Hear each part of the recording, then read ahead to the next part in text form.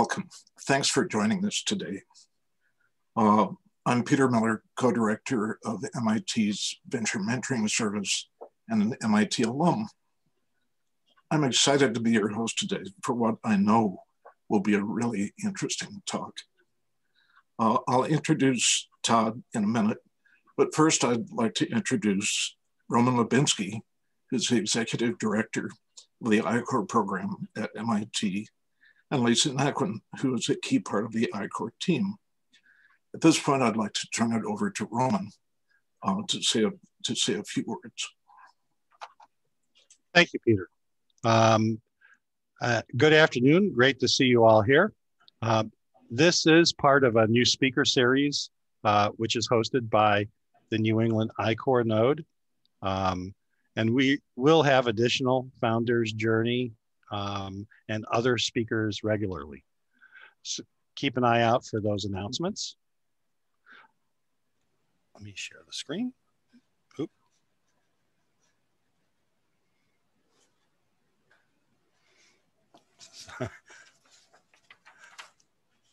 Okay. I'd like to first note that there are I-Corps sites at other schools in New England in addition to MIT, and all of them offer the National Science Foundation I-Corps Customer Discovery Training. So if you're a researcher considering a deep tech startup, the NSF I-Corps program can probably help you. If your school is an I-Corps site, they have a great program of their own. So check with them for their offerings.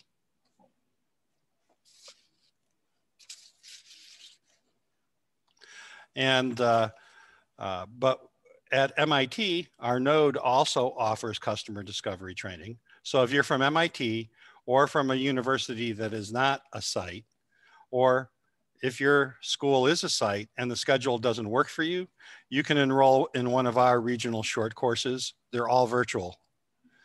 We'll be running our 3-week-long I-Corps Spark programs about twice a month.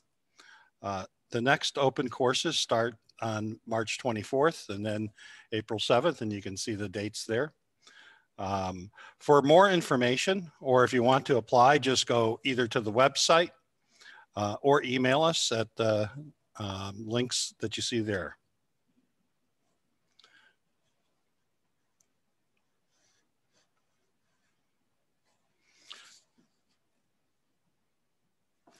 So I remember meeting Todd Zion when I was a VMS mentor, when he began his journey founding a startup over 15 years ago, I guess, as an MIT PhD student in chemical engineering.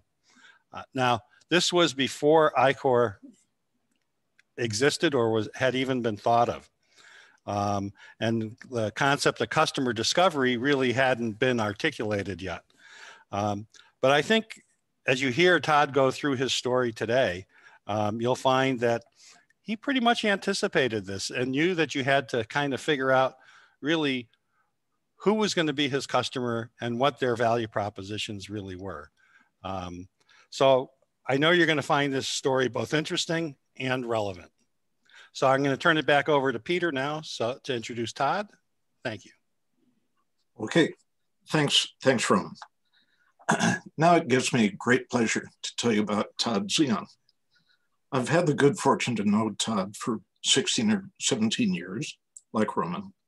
My wife and I were investors in SmartCells and are investors in Todd's current and very exciting company, Axton Biosciences. That's my full disclosure. Todd earned his doctorate at MIT in chemical engineering. While he was working on his PhD, he entered and won the grand prize in what is now the 100K entrepreneurship competition and was then the 50K entrepreneurship competition. Prior to enrolling at MIT, Todd got his undergraduate degree in chemical engineering at Cornell, summa cum laude. Todd was president and CEO and chairman of the board of SmartCells, the developer of SmartInsulin, from its founding through its sale to Merck in 2010.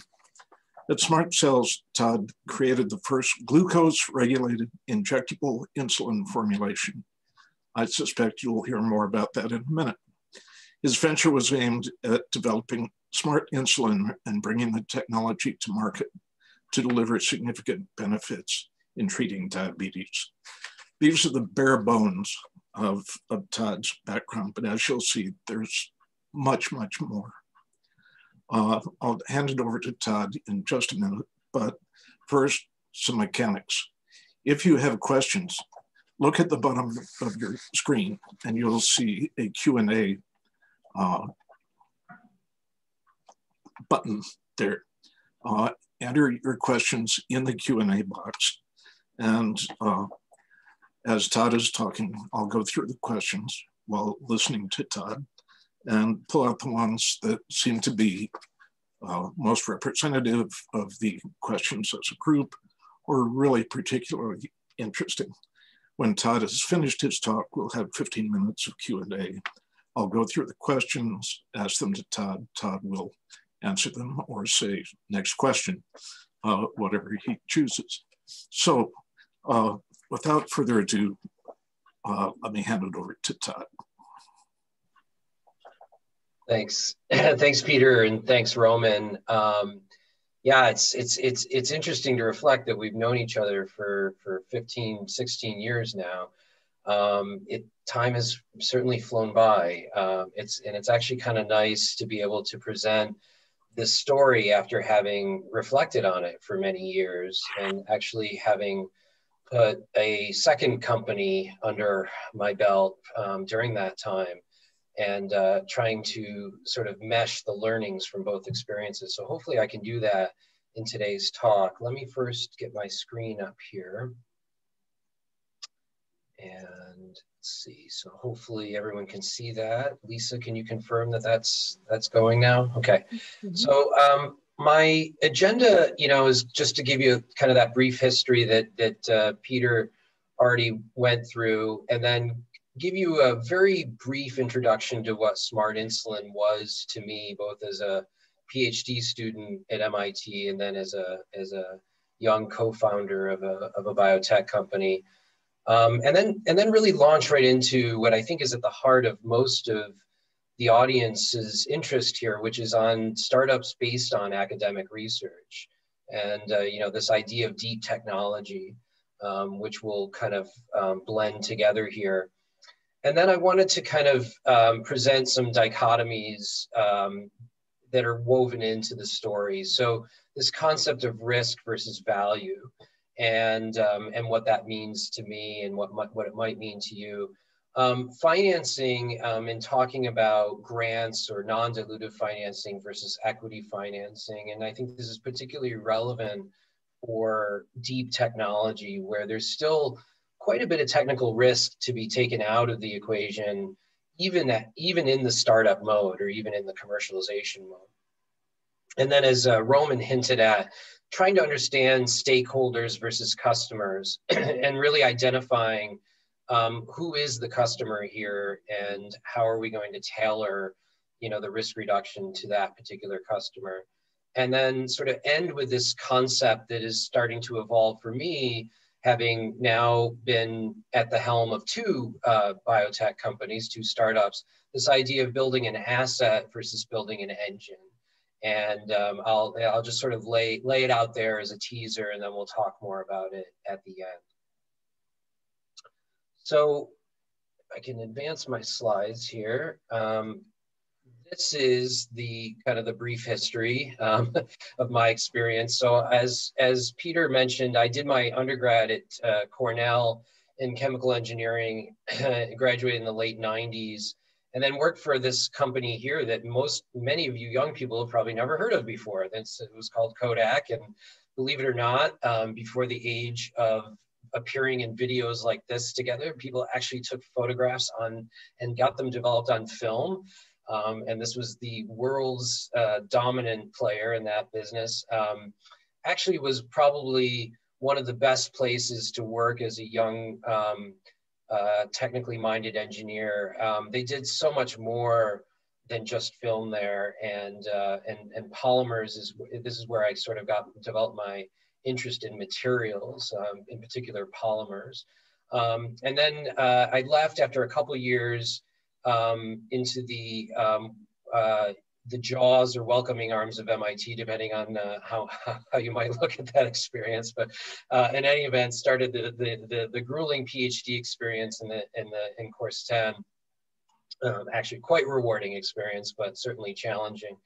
And it's there where I developed the fundamental technology for what became SmartInsulin. I'll tell you more about that, which then was licensed out in the startup that we founded called SmartCells. And that was taken all the way to an acquisition with Merck in 2010.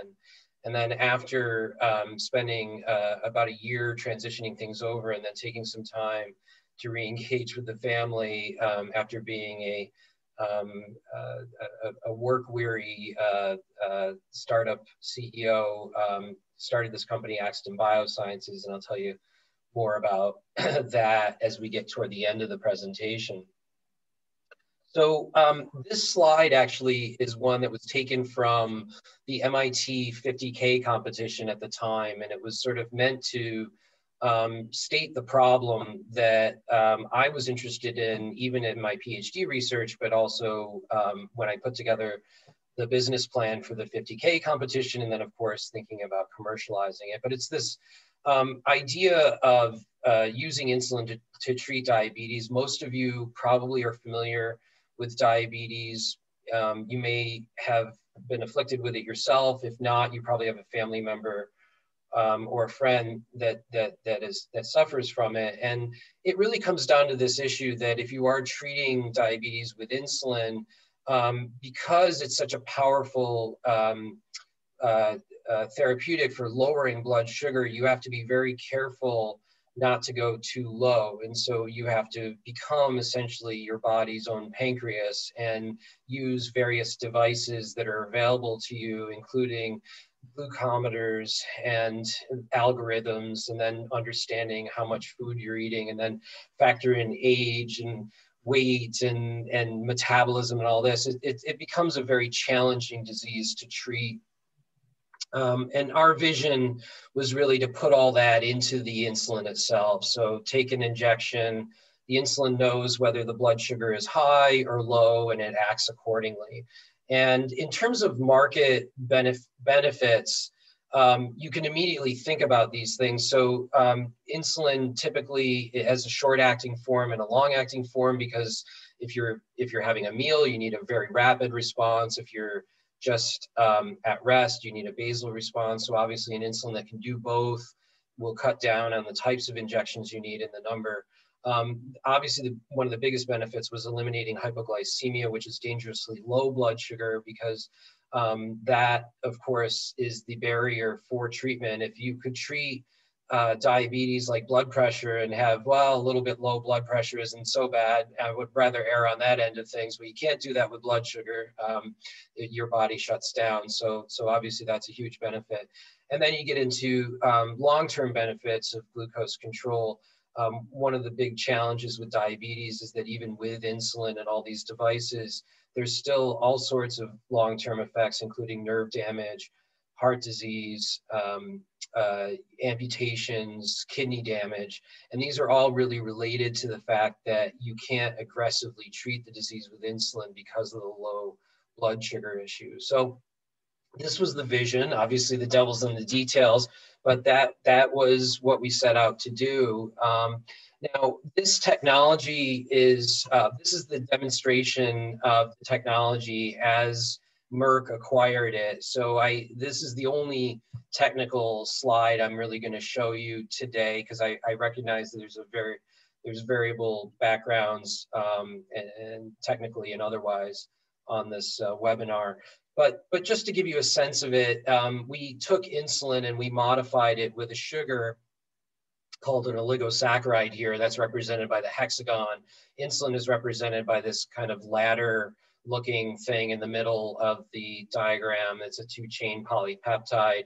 But the idea is that it has been given another function when it goes into the body, and that is that it binds to these things called lectins, and it's diverted away from the insulin receptor where it would normally act. So you can look at this as basically a two-part system, and there's a choice based on the glucose concentration as to whether you're actually acting as insulin or not. So you can imagine in this situation here, where now glucose is coming in, it actually outcompetes for this sugar on the lectin receptor, and now everything is going on the insulin receptor. So you can think of it as when sugar is high, you're acting like insulin, just like you want your body to do, and when sugar is low, you're being diverted off this into the lectin pathway.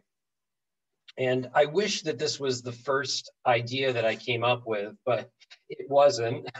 And this gets to the point about deep technology and then I'll walk you through that on the next slide. So oftentimes the best solutions are the simplest ones, but they're not necessarily the most obvious ones when you first get into it. And so in any event, tell you a little bit about that journey now. But before I do that, I want to just give you a sense of why this is really an interesting story from all sorts of standpoints, but particularly for this audience. So the first thing is that it was founded based on my PhD research, and many of you who are watching this now may have interesting research that you're seeking to commercialize, or you might be part of a team that's doing that and trying to license technology out. And so I want to give you a perspective of that. The other really interesting thing is we built this company as an asset and tried to do it in a very entrepreneurial, very lean, very mean way. And so for a biotechnology company to have only raised $10 million over its lifetime in private investment and to have pulled in about $10 million in grant funds to complement that and to have achieved an acquisition outcome is actually it was certainly unprecedented at that time. And I'm not sure that it's actually been really repeated since then. And I think it's not just the money coming in to fund the company, but then ultimately the acquisition. So here, this is captured from a headline that was published in 2010. I like the headline. It was a $500 million deal. I have to say, though, that it was $100 million up front, $400 million in what people like to call bio bucks. These are milestone-driven deals. But even $100 million up front meant that if you were one of the first investors in SmartCells in Series A, you made 9 times your money just on the upfront payments. And if you came in at the very end, about 6 months before we acquired in Series D, you still more than doubled your investment. And so the deal was quite good. If you were a founder in the company, so you just happened to have 1% of the original founder shares, even after all the dilution, you ended up with $250,000, which is not bad. My MIT 50K team members who each had 1% and never did anything after that, that's not a bad payday. And then if you were an employee, and that depends on what level in the company, but you could, with bonuses and stock options, have made 2 to 4 times your salary in a lump sum. So this was a very good deal all around, and it certainly makes for a nice story. It's a nice MIT story. It's a nice venture mentoring service story. It's a nice story for academic-based technology. But I want to talk about, before I get into deep technology, I want to talk about first the challenges, the advantages and the challenges of starting up a company based on academic research. Initially you think, oh, this is great. I mean, isn't this where all the great ideas come from? And maybe that's true to some extent, but the path is anything but linear, and it's anything but short. Roman's done a great job. His thesis was really, case studies on this. And I think, my story is certainly one example, and there are many others. So when you think about why academic research is, so ripe for commercialization? Well, one of the first things is it's de-risked technology. So presumably some period of time has been spent in the academic environment figuring out things that don't work and chasing down, you know, some rabbit holes and coming out with something that has been pressure tested to some extent. And that counts for a lot. You know, it's hard for deep technology to be invested, you know, for someone to invest in it with something written on a napkin. Okay, it needs some level of de-risking, and the academic environment is actually quite good for that. Typically also, especially at institutions like MIT, there's an intellectual property asset underneath this, either in the form of a patent application or several or even issued patents. And that counts for a lot too. So it's not just an idea, but it's really a tangible asset that can be licensed out and presumably gives you a head start or the freedom to exclude others from competing, even if they were to acquire more resources than you along the way. And then I think the last is credentialing. You know, ultimately this is a means to an end. I don't know that having credentials necessarily makes something better or worse, but it certainly makes it easier to find investment and interest. And so whether it's your academic advisor or someone else that, you know, along the way, they do provide that kind of credentialing. However, the challenges are manifold. You know, the MIT entrepreneurial ecosystem is a bit more robust than it was when I was there, but there were a lot of resources, even the MIT 50K and now the 100K competition. But there's a lot of difference between setting something up as an academic business plan and what it really is going to take to make it commercial. And I think that if you spend too long in the academic environment, you can fool yourself into thinking that things are going to go smoothly or a certain way, or they follow a certain recipe. There is a messiness to the real world that needs to be embraced relatively quickly. The second is that, you know, you don't own what you develop usually in the academic institution.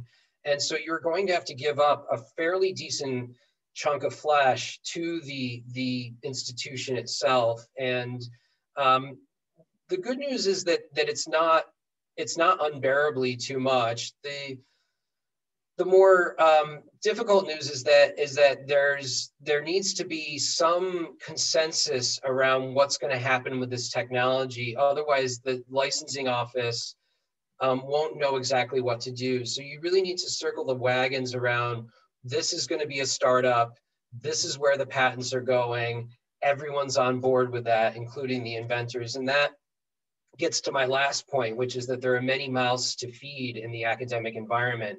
You may come across someone that you happen to have a conversation with during your thesis, and then who knows, they might hold out their hand and say, give me some stock, you know, your advisor, others. Now, I think there's more rules of the road in place since when I was there, but this was a big deal. How do you get a PhD while also having your advisor as a co-founder who is asking for equity in the company?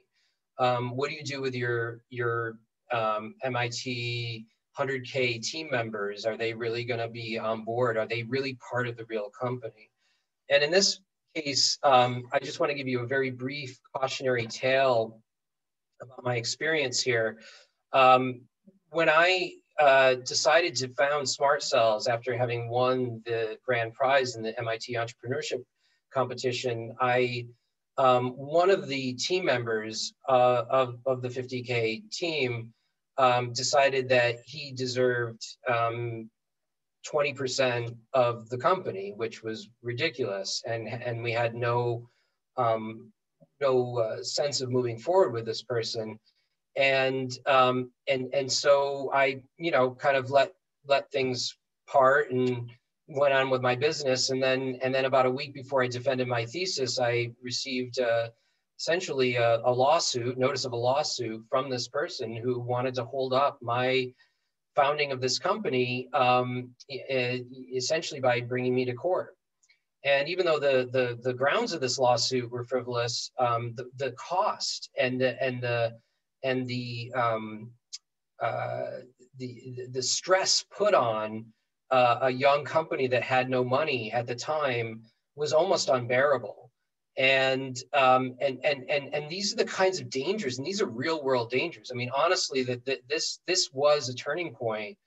There are many turning points, but this was one of them for this company. And I would say that I have to give a shout out to the venture mentoring service because I had enrolled with them in that intervening time between the 50K and this lawsuit. And rest in peace, Alec Dingy, who's no longer with us, but he was one of the co-directors at the time, and taken a liking to me, you know, from our various meetings, and walked into the law firm that was representing me and basically vouched for me and said, he'll figure out a way to pay you, but you can't leave this guy in the lurch. And they did it. And he used his credentialing and his cachet to vouch for me, and I'll never forget that.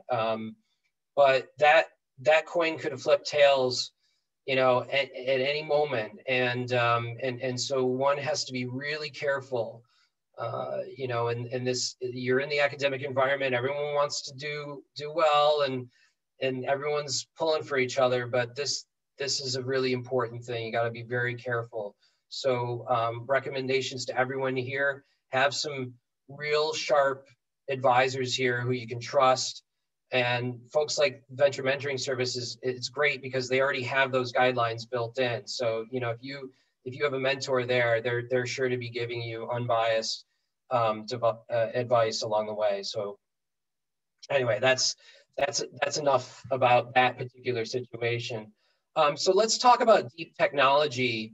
And here I've just given you a list of you know, things that have happened over the years related to this technology. And so going all the way back to 2000 with my thesis proposal, and then realizing a couple years into it that the original polymer design and chemistry was not going to work out, and so I had to change there. Then I had this discovery that I needed to start connecting the insulin to the polymer system chemically in order to make it work, which was a big revelation of how I had to advance this technology. That was in 2003.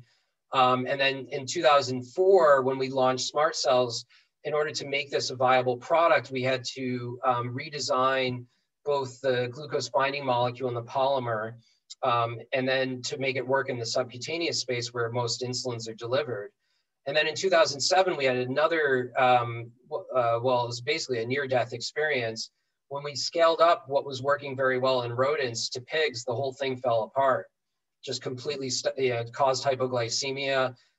Everything that we designed into the system basically didn't work.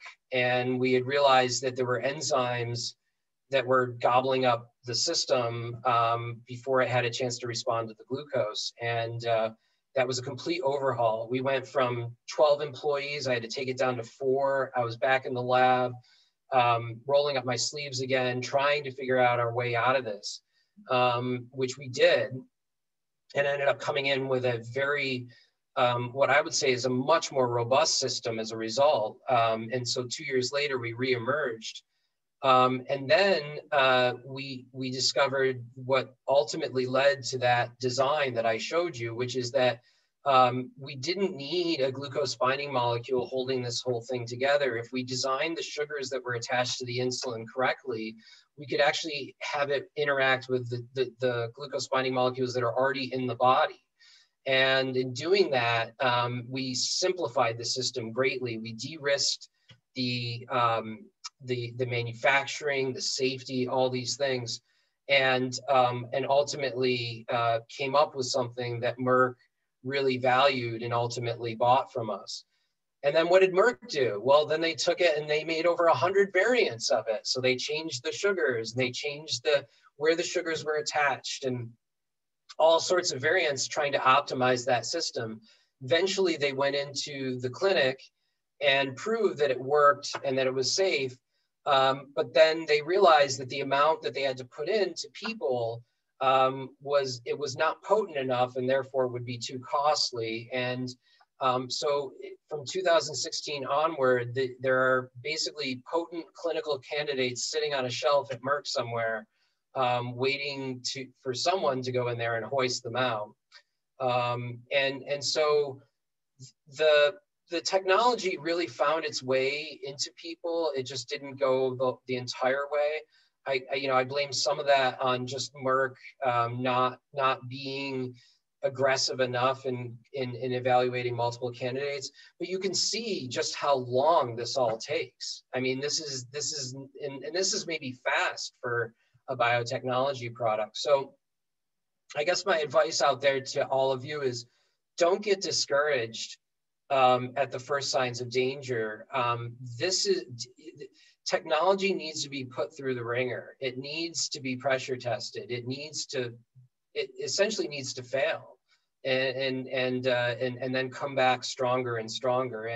And managing how to do that in the face of investors who want returns and grant organizations who want papers and all this.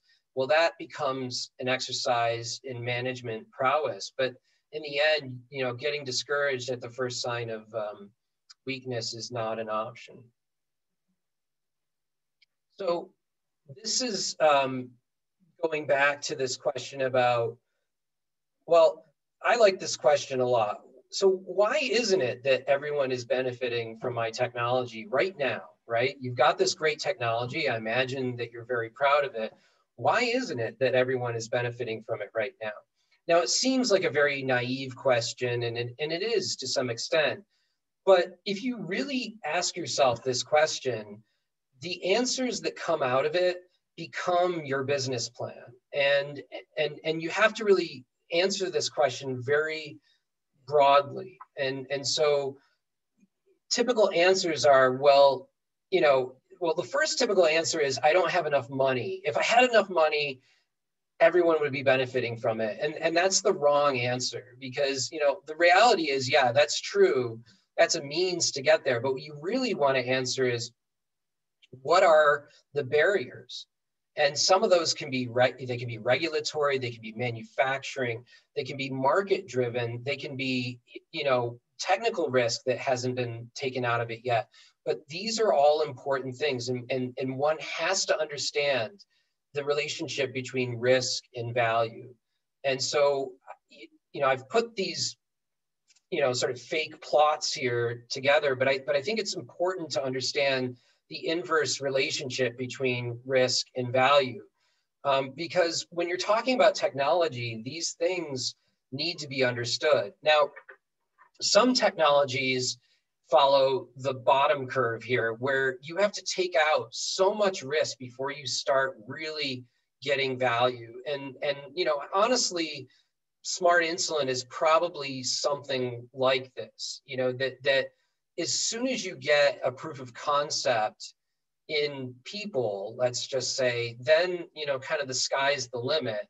But there's so much that has to be done in these days, and anything short, not being manufacturable by GMP, no toxicology. These are very costly and seemingly incremental risk reductions until you break through. If you're lucky enough, you might have a technology that looks like the top curve, where someone's figured out 2 or 3 key risks that don't cost a lot of money to reduce, and you just ride the value curve way up. And typically most things are not really in this linear end, but this would be more of maybe a service-based technology company, where it's just sort of like, get more customers, have more value, get more, expand more globally, get more value. And it's very straightforward. But really understanding this, and then the corollary, which is, how do I monetize this, is incredibly important when you set up your business plan. I cannot underestimate how important it is to see this thing all the way through. Doesn't mean that things won't change along the way, but if you're only thinking about risk reduction in the bottom right part of this, you just won't have the staying power to get all the way through to ride the value inflection wave. So we can talk more about this in the Q&A, but I think that maybe it's obvious to everyone on this, but I found in many conversations people not understanding this inverse correlation and using all sorts of other metrics to determine valuation. But I think this is one of the best ways to do it. All right, so some other concepts to go through here. So let's say that you've done a really good job. You've actually figured out all those risks. You've got a good idea of how much it's going to cost to reduce those risks. Well, now you do need money and resources. And then the question becomes, where do I get those from? Now, with deep technology, my bet is that a lot of those early risks are still technical risks. I mean, they may not be as sexy for academia, but there are things like manufacturing or robustness or you know, going from prototype to something that's sleeker and more you know, amenable to handle by the end user. I mean, you can add up all these things. And so really thinking about grants and non-dilutive financing has got to be part of your strategy. So NSF I-Corps, which was, like I said, wasn't around when I was there, but I want to mention to you that I do review grants for the NIH SBIR grants at least once a year. So I'm on a standing review panel, and I can tell you this: that since the advent of I-Corps, I can tell you the difference between a grant application written by someone who's gone through the I-Corps program versus someone who hasn't. And they really do stand out heads and shoulders above, because the applicant has connected the technology to some sense of the commercial marketplace in a way where the aims of the grant are not just technical. They are stepping down key risks associated with whether this technology can actually advance beyond the proof of concept stage. So I think this is really important for folks in the I-Corps program to go after these grants, because I think it's low-hanging fruit if you've gone through the training. So why are grants good? Well, obviously they don't cost you anything. They cost you some time to apply, but typically they don't come with strings attached. Credentials, again, this is similar to what we talked about with regard to academia. It's nice to be able to go out when you're raising money and say, well, you know, I've got an NIH grant and it's for a few $100,000. It's been peer reviewed, and obviously it's a competitive process, so this counts for a lot. The last one that I think is really important is discipline and focus. Oftentimes in those early days, there's so many more ideas available to you than you have resources for. So sitting down and writing a grant application, even if it never gets funded, is a great way to focus efforts toward very definable and achievable goals. So I think it's a really great exercise to go through. And it's also an exercise in brevity, because most of these applications do not have a lot of real estate to write about. So I think it's a really great exercise from that standpoint. So what are the challenges, right? So the first is timing. It might be a year from the time that you apply to the grant to when you actually receive the funding. Obviously for startups, that's like, you know, might as well be a decade. You know, a year is tough. There's never enough money. So if you're applying for a grant, that's great, but it's probably not going to support all that you need to do. And there are restricted activities. You can't pay for, you know, your admins and your, you know, I mean, you get some overhead in there, but you just can't run a company, or at least a company with broad aims using just grant money. It's very difficult to do. So what you really need to do to address those things is you really got to have some kind of investment. And it's really up to you to consider whether individual investors or institutional investors are ultimately the right for you. Now, this is a story of individual angel investors, and that's where I like to raise my money from.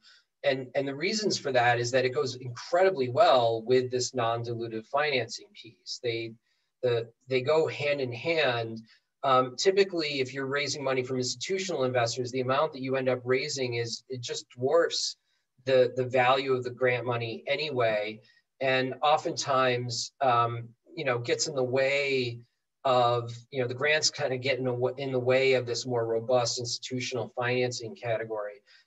So I would really counsel many of you in the early days to blend in sharp individual angel investors with grant money as a way to kind of come up with a robust way to step down early technical risk.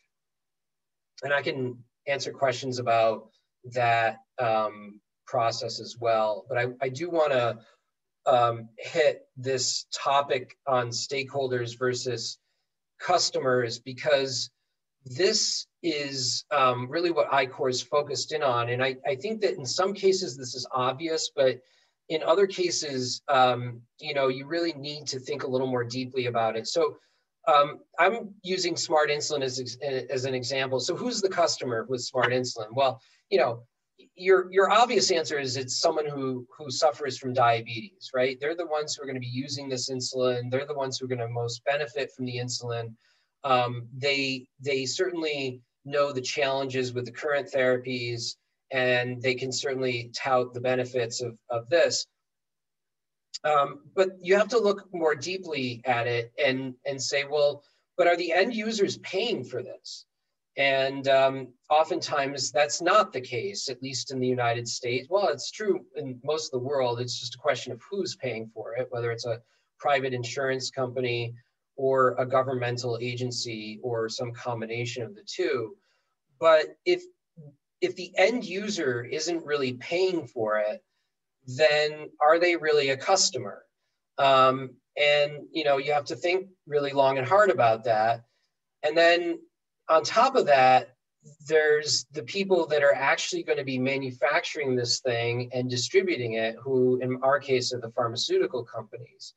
And the pharmaceutical companies won't develop something that doesn't appeal to the end users, but also would not be supported by payers. So this has to be something that not only treats a disease, but does it in a way where the insurance company is going to derive benefits from that treatment.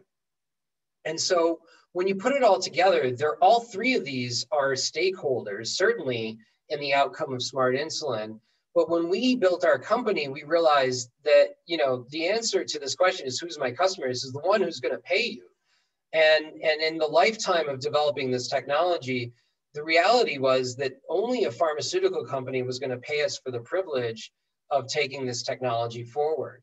And so we quickly had to design a business plan that would be appealing enough to the customer, which was ultimately the pharmaceutical company. Now, it doesn't mean that the other two are not stakeholders and don't factor into the equation, but it was very important for us to go out and present this opportunity to as many pharmaceutical companies as possible to understand what their risk levels were, what was really bothering them, and then design the business plan around that so that it comes back again. So risk reduction for the pharmaceutical companies translates into value creation. And ultimately, if you put them in competition with each other, you should be able to extract monetary value from that. And that's ultimately what we did. So then the last thing I wanted to go over before we go into questions is this idea of assets versus engines. So SmartInsulin and SmartCells was an asset-driven company. It was built on a platform, but ultimately there was only one application and one set of products, one intellectual property family, and ultimately that was the company. And so you can think of it as being a kernel of value that just increases over time as you step down risk. And ultimately, this is a really cool idea for a company, but you have to be really careful. So what are the advantages of having a company built on an asset? Well, the first is that it allows you to focus. And oftentimes the entrepreneur's quandary is not having enough focus. The second is that you end up with clear objectives, because the asset just has intrinsic risk to it. And so if you can just define what the objectives are, the objective deliverables are, you know if you've succeeded and you know if you've created value. And then also, and this is kind of something that has to be true, is that the technology has to be scarce and highly desired in order to build an asset-driven company. Otherwise, you're too prone to having developed this thing and then no one wanting it. It has to be really something like SmartInsulin that really makes sense. And that's why I sort of put as in the negatives here, this Field of Dreams idea is an old movie from I guess the 90s, but you know, they had this quote in it: if you build it, they will come. And that you have to, you know, walk that fine line, but you really do have to assume that with the single asset, that by de-risking it sufficiently, there will be customers on the other end. There really isn't any way out of it, because you have to be so driven and focused on that one asset. And that leads to the last and the most critical thing, is that there's just single point failures. If you're a company with a single asset, you can be fatally wounded. And we almost were. And so that's not always the best thing for aspiring entrepreneurs. Now, in the current embodiment with Axton, we've adopted a different model. It's more of an engine-driven company, where we can really think about risk and reward in a portfolio mentality. And so I'll tell you a little bit about it, but basically we have products that are already licensed now for the veterinary market. So those are kind of lower risk, but lower reward, but shorter time frame. We have some that are supported by a vast amount of non-dilutive capital, but they're very long in their trajectory and high risk. And then we have things in between, and they're all built on an underlying platform. But why would you do this on top of de-risking?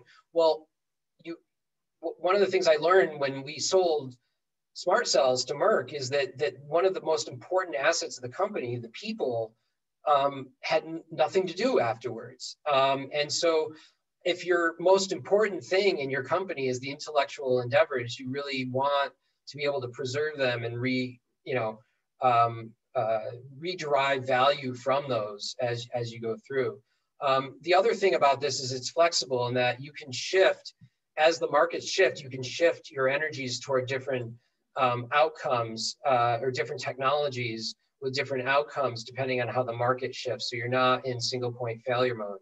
But the problems with this, of course, are time. It takes a lot longer to do this. So you need very patient investors. And the last part is you need to be very clear about what is holding all this together. You cannot be a company that just holds on to unconnected assets. There has to be some common theme that gets stronger and stronger the more you develop these assets off the engine. And that's really important to consider. So I just thought I would give you a brief overview of how we do this at Axton. And we started with insulin, which is that 2-chain polypeptide. And then we decided that we would link that up to the FC region of an antibody and do that in a way that we could generate our first set of products, which were designed to reverse insulin autoimmunity as it relates to type 1 diabetes. And that's a project that's supported by over $6 million in NIH funds and over $6 million in funds from the Helmsley Charitable Trust. But you can also change it so that it's actually, the insulin's bioactive, and you can actually make an ultra long acting insulin out of this that lasts a week with one injection. And that has now been licensed out to a company called Decra because we've been able to swap out the FC for both a dog and a cat one. And if you don't know this, but dogs and cats actually suffer from diabetes. It's actually a very robust market. And it's easy enough to prove out. You can go into cats and dogs with diabetes and prove it out. So this is a technology that's already been licensed and we're generating multi-million-dollar milestone fees from.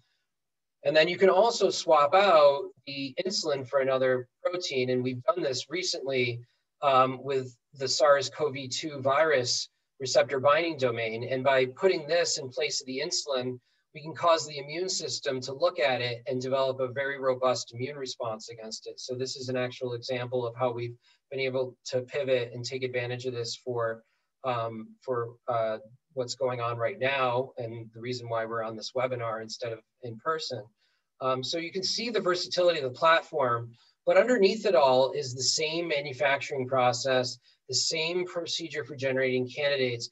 And so every time we get a new candidate, we learn more about the platform and it becomes more robust. And so this is a very nice engine for developing new assets and driving value from them.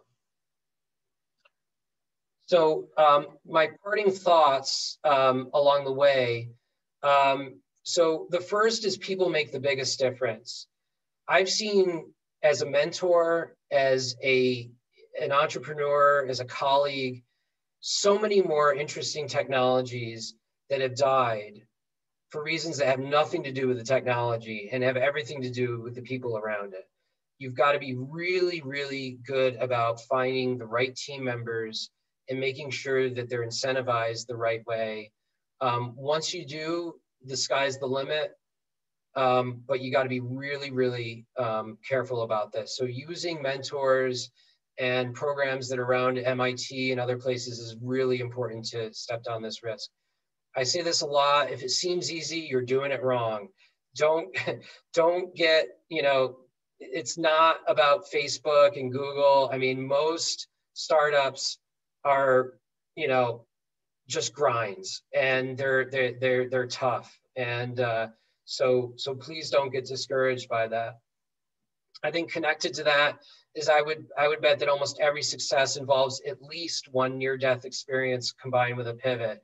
So if you think that the horse you're riding out of the university on is the one it's gonna get to the finish line, it's not. You're gonna need some kind of pivoting. You're gonna have to have the intestinal fortitude to go through that. And then the last part, well, say you do make a lot of money. Well, now what? And I think this is one thing that I did not do a lot of thinking about. It's like, what if you are successful? What are you going to do? And the keys to that are really to figure out how your entrepreneurship fits into your life in general. And I think that Axton and the things that I've done, I run a Montessori school in Marblehead. I'm an advisor back at MIT.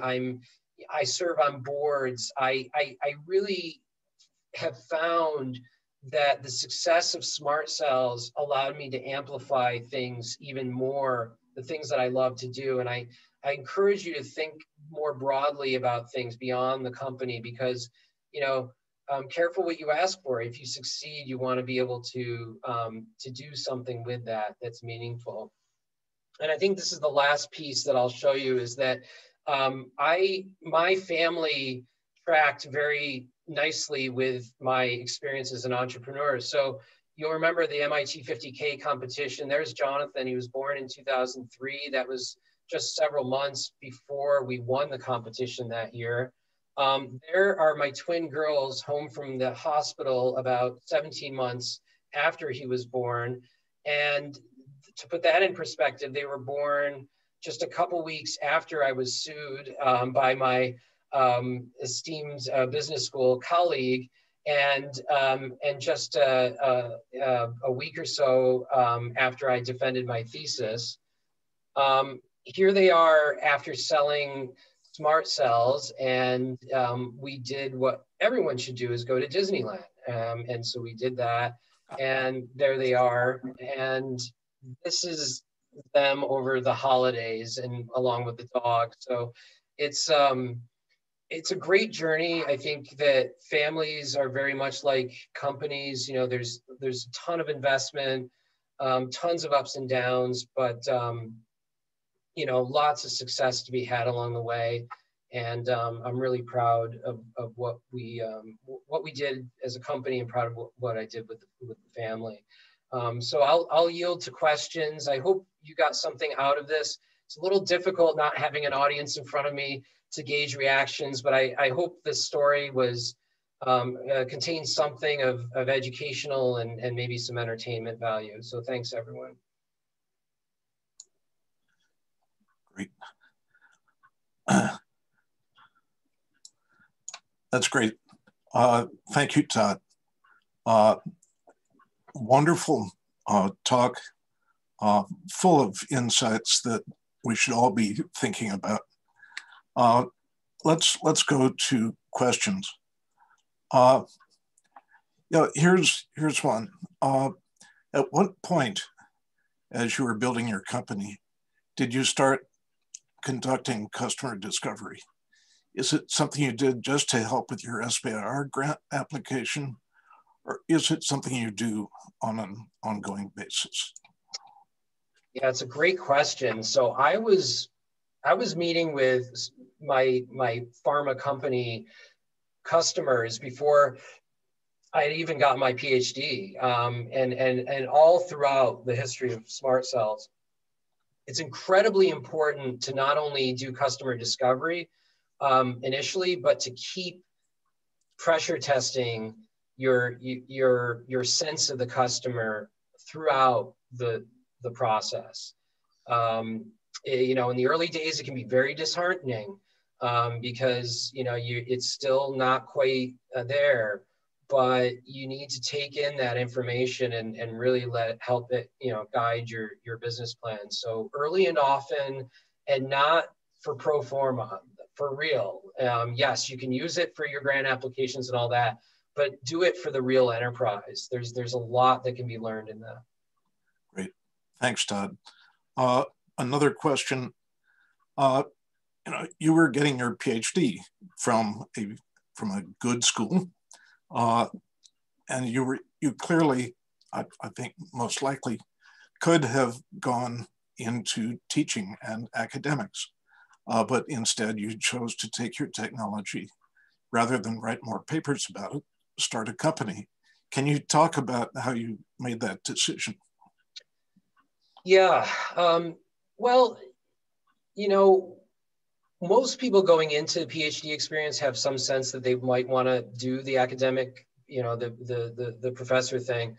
But what I find is that the experience can be quite polarizing. I think that the quest to publish papers and to gain reputation that way, it has its trappings. But I became very much interested in doing things that I thought would help, real people, or be applicable to people who were suffering. And I realized that I needed to take it outside the academic walls in order to do that. And what I mean by that is that there's the messiness of the real world. I think I talked about that before. That really doesn't, it's not of interest to academics, but it's a very much of importance for your product. And so thinking about things like manufacturing scale up, thinking about things like, end user feasibility, looking at things like cost and, profit margins and all this, that is what started to appeal to me. And I just knew that I had to be outside the academic environment in order to do that. Great. Here's a question with lots of compliments about your talk, which are well-deserved. How did you keep the interest and focus of your stakeholders and investors through the near-death experience?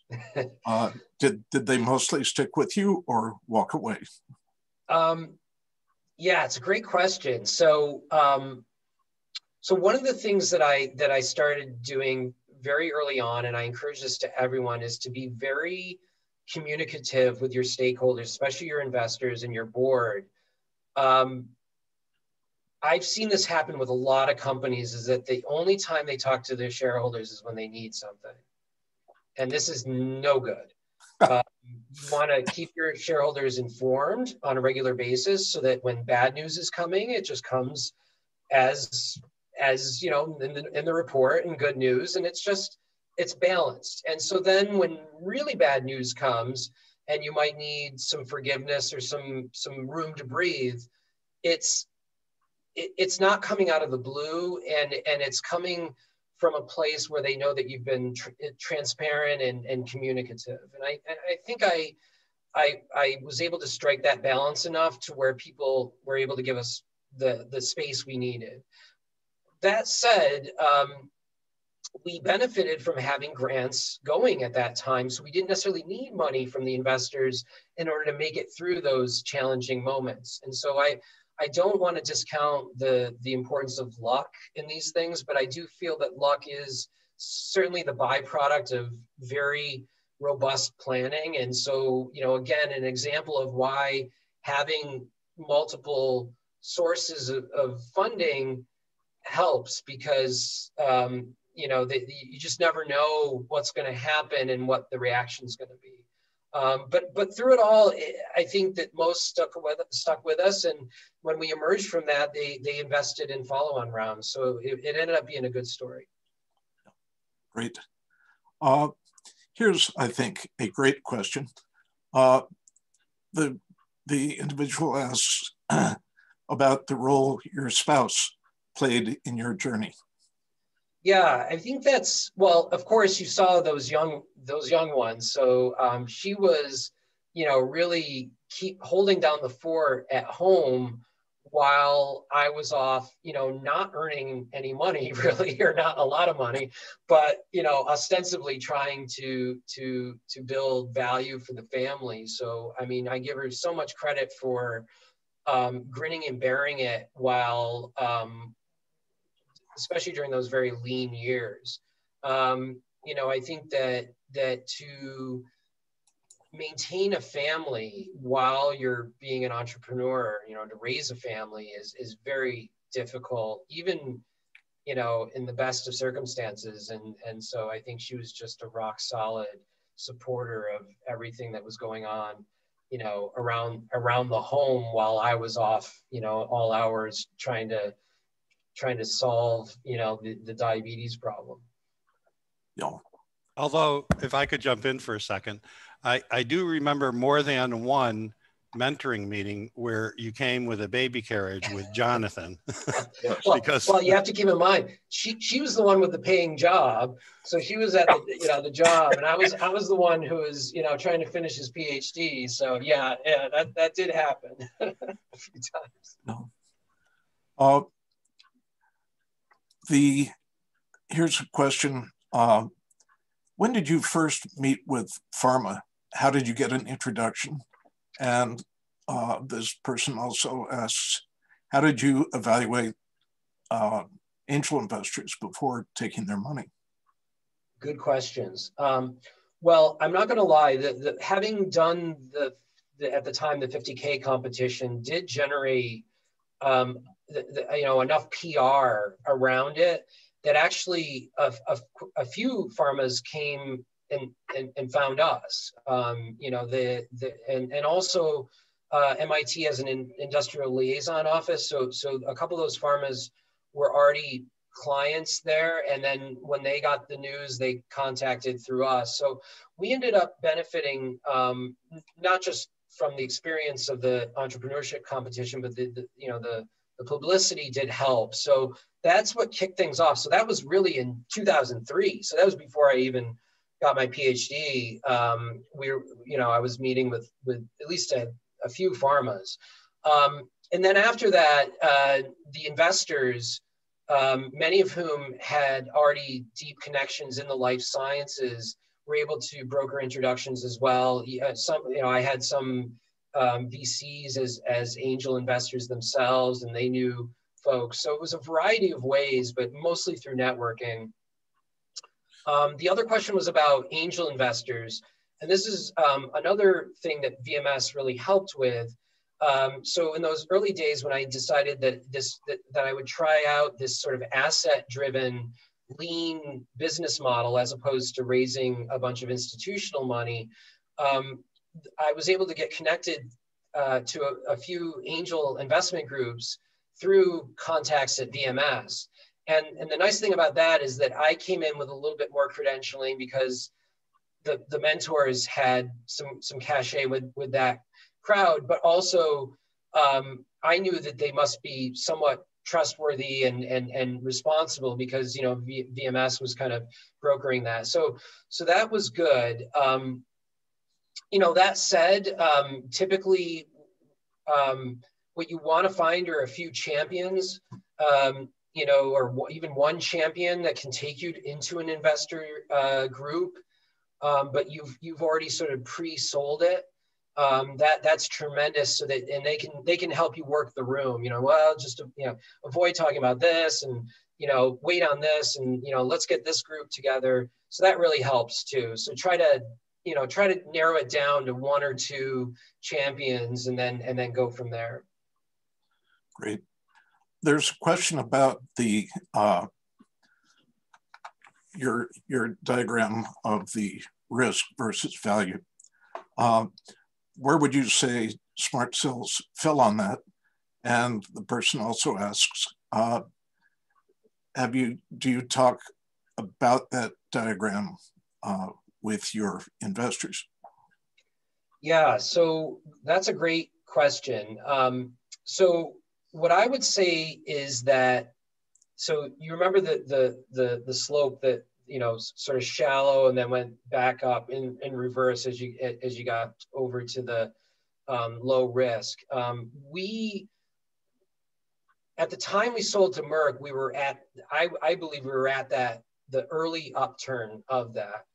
But Merck paid us as if we were already advanced on it and had already gotten through a later stage proof of concept. And that's why I put perceived risk, and the perceived was in parentheses, because there's, it's not absolute. And if you have a competitive process for a scarce asset, then you can find yourself moving up that perceived value curve pretty aggressively.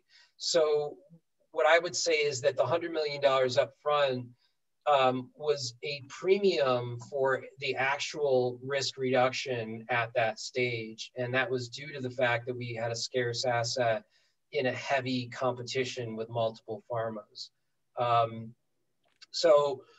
And then in terms of investors, I did, and I could probably pull it up. I had a curve that showed dollars in, so it's essentially risk reduction going to the right, presuming that you spend the dollars correctly, and then a plot of perceived value or market-driven value at each of those steps. And again, it kind of reached an inflection point right at that human proof of concept.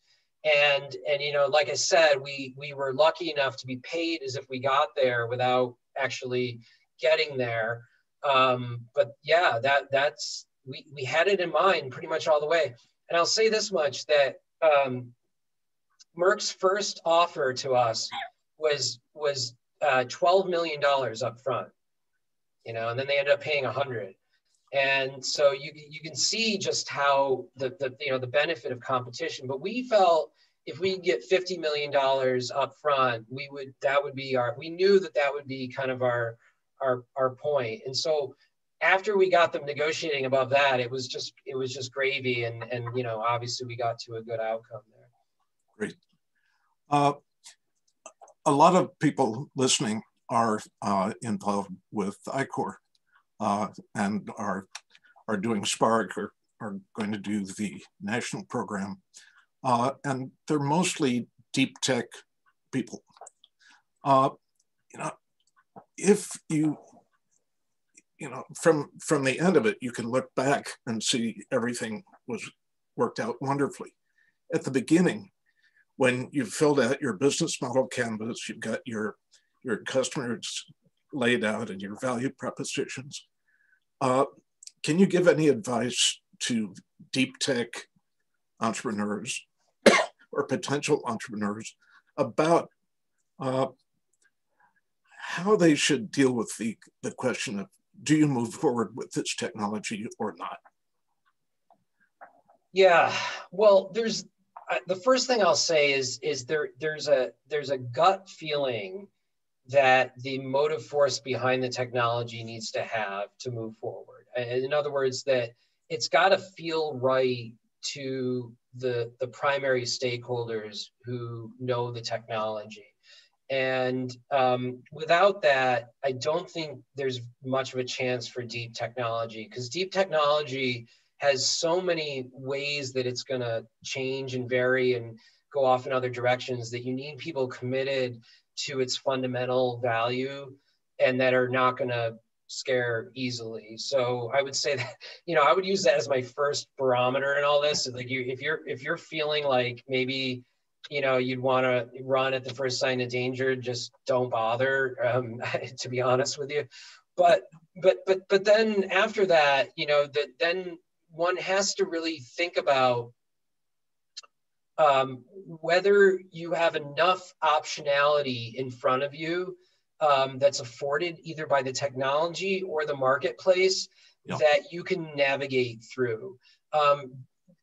Don't get too hung up on one customer segment and one embodiment of the technology and not finding a disconnect there. It's going to happen so many times. What you want to be able to do is look at optionality on both fronts and see if there's enough there that it's worth the investment. And that's the best you can do with deep technology.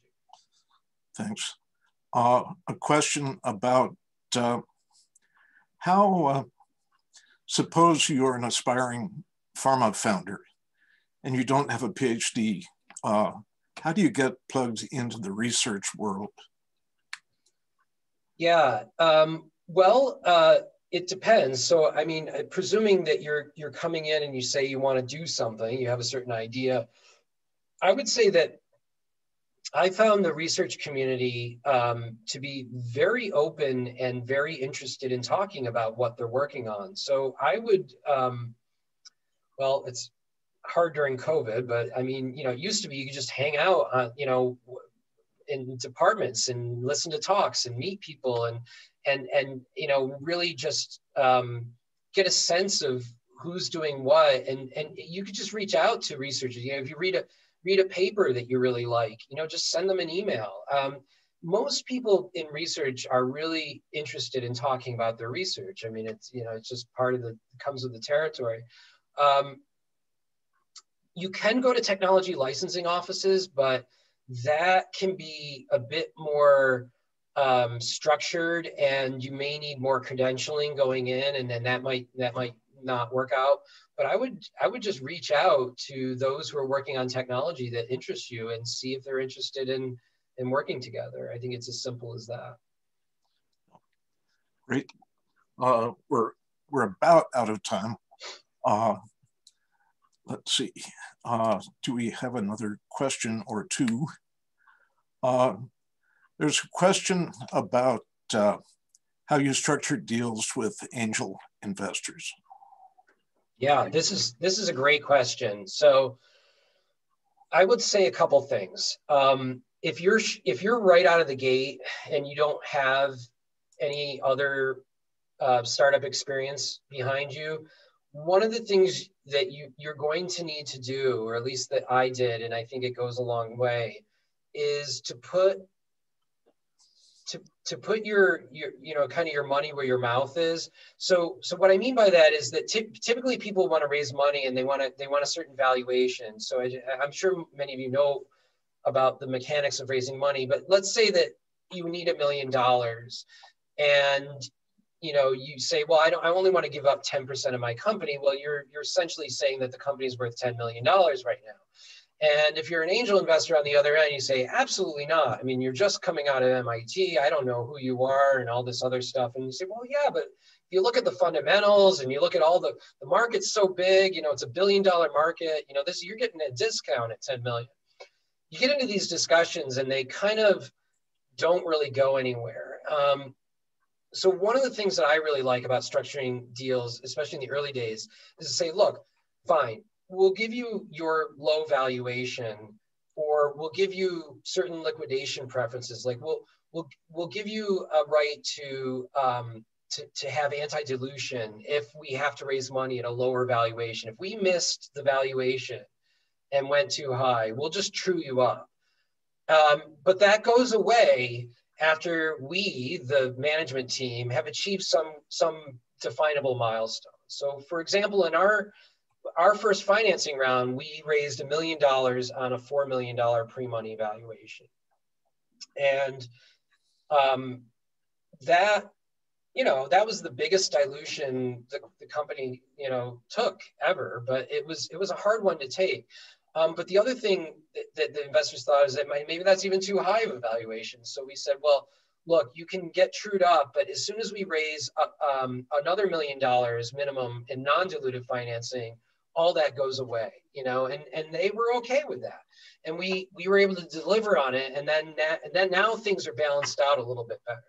Another way to do it is with a convertible note that converts back to a low valuation after some period of time, but then converts up to a discount on a higher valuation if you raise the money within a certain time frame.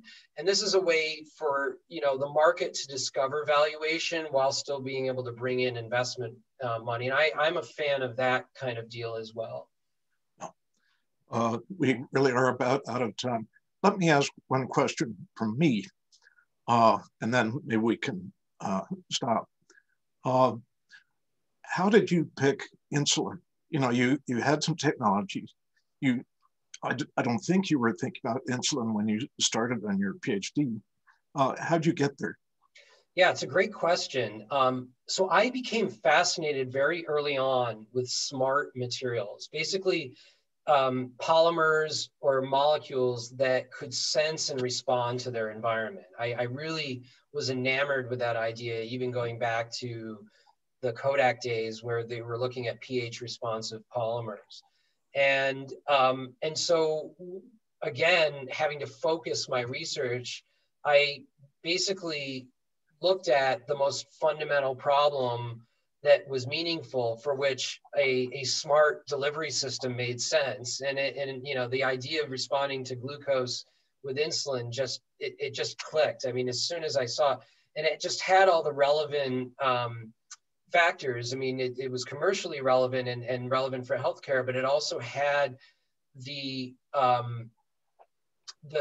relationship was already well known. So just trying to reproduce that in a material was the challenge I was taking on, rather than some other esoteric system. So that's what led me to it. But Todd, this is Roman just jumping in for a sec. I seem to recall, maybe I'm misremembering, but didn't you also have like a personal connection where a family member or someone?